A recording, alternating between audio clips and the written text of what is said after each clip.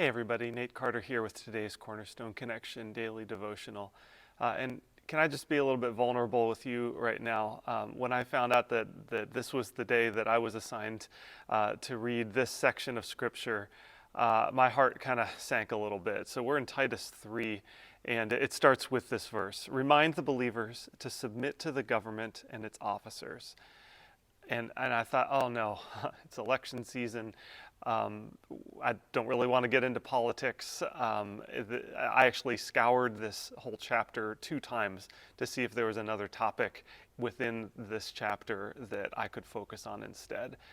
And like God tends to do many times, he wanted me to kind of get in there with you, but also with myself.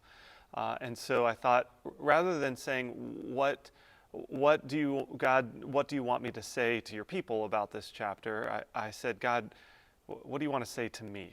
What do I need to hear? And then I'll just share that with you guys. And so let's read the text, and then I'll share what God reminded me of from this chapter.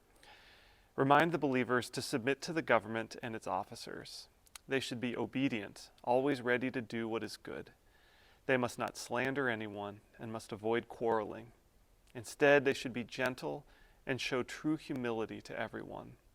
Once we too were foolish and disobedient. We were misled and became slaves to many lusts and pleasures. Our lives were full of evil and envy, and we hated each other. Again, this is election season, but even in this kind of era that we're in right now, there's just a lot of discord. There's a lot of stereotyping. There's a lot of speaking and shouting and not much listening. There's just a lot of division in our country politically. And it's hard to read a sentence that starts like this: submit to the government. Because if the government isn't the party of your choice, then it's hard to submit.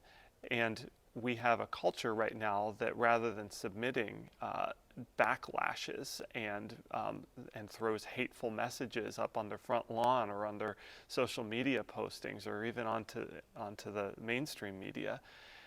And that's not what believers are called to do. And I think it's a challenge to us. I think that we as Christians have the opportunity to show that we're different. I'll admit that I don't think that we do a great job of that right now, but God's going to continually give us opportunities to show a different kind of response to the election season, to politics. What I was reminded of, and the interesting thing is that I don't remember any of the specifics about the situation. I just remember the feeling. I think there was some time in the last few years where I just kind of spouted out to someone just a really strong opinion about a political issue. And the person I was talking to had such a wonderful response. They didn't shout back. They didn't kind of take the bait and start an argument, but rather they said, well, why do you feel that way? Or, well, here's one of the things that I think about with that issue, and here's something to consider. And they took my kind of mean-spirited shouting and turned it around with a gentle answer and started a conversation. And I was immediately chastised by that, but I also was so impressed with how a gentle answer turns away wrath. And this person took what I was saying with vitriol and turned it around and made it into a conversation where actually I was challenged to rethink my views. And it's interesting to me that for some reason God has masked what the issue was or who I was talking to, but I just remember so vividly just this impression that, yes, that's how Christians are supposed to enter into dialogue and debate over hot issues. And so I'm going to leave that with you here today too. Listen to some of the words again that are used in Titus. Always be ready to do what is good. Not slander, avoid quarreling, be gentle, show true humility. Brothers and sisters, this is our opportunity for the world to know that Christians handle things differently.